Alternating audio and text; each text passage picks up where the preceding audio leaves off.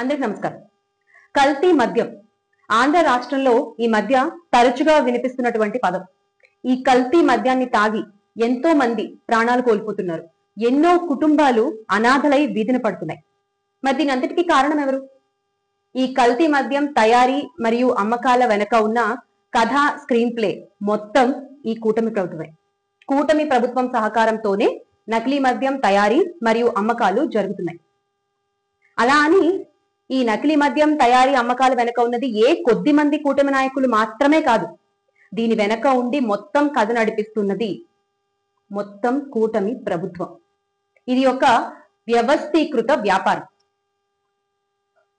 ఏపీలో ఏ మద్యం షాపులో ఏ బ్రాండ్ కి ఎక్కువ డిమాండ్ ఉంది, ప్రతి ఒక్క షాపులో ఏ రోజు ఏ బ్రాండ్ ఎక్కువగా అమ్ముడవుతుంది అన్న పూర్తి వివరాలు ఎక్సైజ్ వారికి, అలాగే ఏపీ బెవరేజెస్ అధికారులకి పూర్తిగా స్పష్టంగా తెలుస్తాయి. దాన్ని బట్టి డిమాండ్ ఉన్న బ్రాండ్ల తయారీని, ఉత్పత్తిని ఉద్దేశపూర్వకంగానే తగ్గించి కృత్రిమ కొరతని సృష్టించి అవే బ్రాండ్ల లేబుల్స్ తో నకిలీ మద్యాన్ని పంపిణీ చేస్తోంది ఇప్పటి కూటమి ప్రభుత్వం. మార్చి నుంచి కూడా ప్రొడక్షన్ ఆర్డర్స్ ని ఆపేశారు. ఇలా పీఓస్ మార్చి నుంచి ఆపేసిన ఒక ఇన్ఫర్మేషన్ ని కూడా మీరు కావాలంటే రైట్ టు ఇన్ఫర్మేషన్ యాక్ట్ 2005 ద్వారా మీరు తెలుసుకోవచ్చు. డీటెయిల్ ఇన్ఫర్మేషన్ మీరు అభ్యర్థన తెలియజేస్తే 10 to 15 days లో మీకు చేరుతుంది.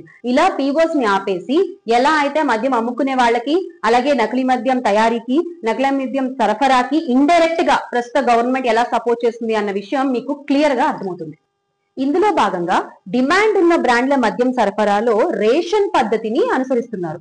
వివరాల్లోకి వెళ్తే, ఉదాహరణకు ఒక మద్యం షాపు యజమాని ఆయన షాప్ లో నాకు రోజుకి ఈ మద్యం 10 కేసులు కావాలి అని అడిగారు అనుకోండి. లేదు మేము మీకు 10 కేసులు ఇవ్వలేము, 1 లేదా 2 కేసులు మాత్రమే ఇవ్వగలము అని చెప్పి వారికి ఆ కేసులను రేషన్ పద్ధతిలో ఇచ్చి మిగిలిన కేసులని నకిలీ డిపోల ద్వారా ఆ నకిలీ మద్యాన్ని పంపిణీ చేస్తూ భర్తీ చేసుకుంటూ వస్తోంది ఇప్పటి కూటమి ప్రభుత్వం. ఇలా మద్యం ఉత్పత్తిని ప్రభుత్వమే తగ్గించి కృత్రిమ కొరతని సృష్టించి ఆ కొరతని నకిలీ డిపోల నుంచి, నకిలీ మద్యం డిపోల నుంచి ఆ నకిలీ మద్యాన్ని సరఫరా చేస్తూ భర్తీ చేసుకుంటూ వస్తున్నారు. ఇప్పటి వరకు ఈ నకిలీ మద్యంలో బయటకొచ్చిన స్థావరాలు గాని, టీడీపీ నేతల పేర్లు గాని ఇవన్నీ కూడా జస్ట్ కదిలిన తీగ మాత్రమే. ఇంకా కదలాల్సిన డొంక చాలానే ఉంది. ఏదో మొక్కుబడికి ఆ టీడీపీ నాయకుల్ని సస్పెండ్ చేసేసాము అని చేతులు దులిపేసుకుని వీఆర్ ఇన్ క్లీన్ హ్యాండ్స్ అని చెప్పుకుంటూ తిరిగితే సరిపోదు. మీ పచ్చ మీడియాల్లో మిమ్మల్ని మీరు పొగుడుకుంటూ ఎన్ని అబద్ధాలు చెప్పినా కూడా నిజాన్ని ప్రజలు ఎప్పుడు గమనిస్తూనే ఉంటారు.